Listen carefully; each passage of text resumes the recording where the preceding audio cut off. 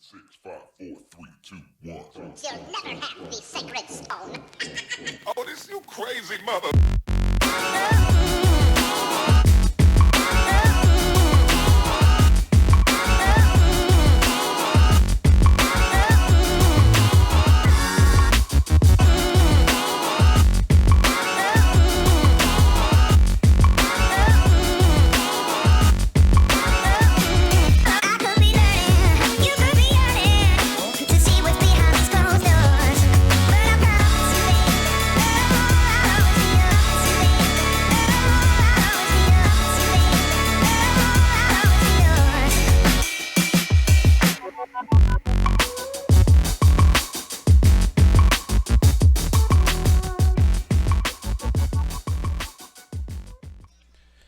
What's going on, guys? This is your boy, Sage the Mog, coming live from It's Real Wrestle podcast.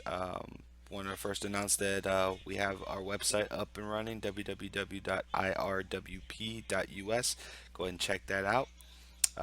Give some love to my boy, Ben Goosen, right there, at Ben underscore Goosen. And also follow us at Real WrestleCast, which I need to get a link up there pretty soon. So that's coming. Wanted to go ahead and talk to you guys about the CWC quarterfinals that just happened last Wednesday. We had two great matches. Um, First off, if you haven't watched the CWC Cruiserweight Classics, you need to watch it. It is the greatest thing on television right now from a wrestling perspective. We had four great people that are on there, and hopefully all four of these guys will be on the Cruiserweight division on Raw. That's ideally that's what I would like to see because these guys are just simply amazing. So first up, we had Gran Metalik versus Akira Tozawa. Sorry if I splattered that, but great. This went about 15 minutes. I love Tozawa. He is just like he's got that old man strength, and he's got that charisma, and everything is kind of like funny. Everything that he does, um, his little yeah, that shit is fucking great. I love it. And then he sells perfectly, which is a character. I think that that's the reason why him and Grand Metalik like they gelled very well together in the ring because they sold for each other very well. So that was was a really good thing. The spot of the night for me would have to have been the suicide dive that Akira Tozawa did to Grand Metalik.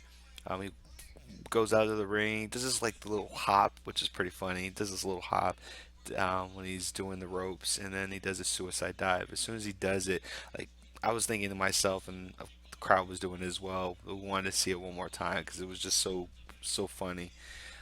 So he played the crowd and asked them one more time, one more time, one more time, and he got back in the ring. Well, he actually put Metalik back in the ring, and then he kicked him out, which was pretty funny. And then he hit the ropes again and did another suicide dive. So that was pretty awesome. Grand Metalik, dude's amazing. He reminds me of like a mix between Crispin. Can't say that. I gotta say it. Reminds me of a mix of Chris Benoit, Eddie Guerrero, and uh, no, I'm missing one guy. D Malenko all together. Like he's he's got a great technical prowess, but he's not as big. So it just it's amazing in the ring. Well, actually, I take that back. Akira Tozawa reminds me more of Eddie, whereas Grand Metalik reminds me more of Chris Benoit and from an intensity standpoint. So even though you don't see his facial expressions because he's inside a mask, you can just kind of tell when he's just like ready. So very great match. If you guys ever get to see it, I recommend that match there. The second match or Grand Metalik ended up winning that with the Metalik driver, so that was it's a pretty awesome move. Although I do like Akira Tozawa's setup power bomb or standing dead man lifts power bomb or dead man lift power bomb. No, it's not a deadlift. What am I talking about? His dead man lift German suplex. So I thought that was pretty awesome. I love that move, and hopefully he will be on Raw. The second half of the match was Kota Ibushi versus the Brian Kendrick. And I can't say enough about Brian Kendrick.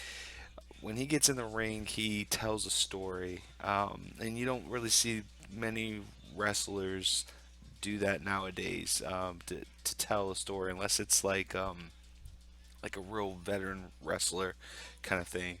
From the very get go, like he Brian Kendrick had the mentality that he's going to win by any means necessary. So as soon as the bell rings, he jets it out of the ring and gets or tries to bait Kota Ibushi to come outside and fight him, and he wouldn't. There was even this one spot, there's this one spot where he ended up throwing Ibushi out of the ring, and then he like took his leg and put it in the guardrail and kind of like tried to get it stuck, and he ran into the ring and told the ref to count it. That was flipping amazing. The other thing that I enjoyed about that is that like he targeted he he targeted Ibushi's weakness, which was his neck. We all know that Kota Ibushi had a surgically repaired neck, and Brian Kendrick did his homework. You know, he knew to go after that. He did this kind of like a ravishing Rick Rude kind of net breaker on the outside of the turnbuckle, which was pretty awesome. Used the Bully Ray choke, or the Bully Ray choke, I think this was called Bully Man choke, the Bully choke, which was pretty cool too. So, and I love the way that he extends it up and then he stretches out his leg. That's flipping amazing. Um, but at the end, you know, we all kind of knew that Kota Ibushi was going to pull it off. Kota Ibushi did this sick suplex. Brian Kendrick was uh, Brian Kendrick was on the top turnbuckle. Kota Ibushi did like a Pele kick to knock him outside of the apron, but not outside of the ring. He picks him up, like I kid you not, he picks him up from the out, like he's inside the ring. He grabs him from the outside of the apron, pulls him over the top rope, and suplexes him. Are you kidding me? That the move was just flipping amazing. I'm surprised that didn't end the match right there. But Kota Ibushi ends up winning the match with the Golden Star Powerbomb, which was a fantastic move. I think people will start marking out for it once he makes it to the main roster. So those are your two matches. Excellent matches. I would be surprised if all four of these men are not on the main roster under the cruiserweight division because they all deserve to be there. All their matches have been stellar. They've been on par. It's kind of sad that we couldn't have like four winners because if I chose four winners from the entire bracket, these would be the four to actually go and win it all. So, but yeah, that's my review of it. I'm sorry for the babbling, but that's the way I roll. So again, don't forget to follow us, subscribe to this channel, follow me, Sage the Mark, my boy Ben Goosen down there, our website www.irwp.us. Use the hashtag IRWP, and at Real WrestleCast, you can find our main channel there as well. So thank you again, guys. The mark is out.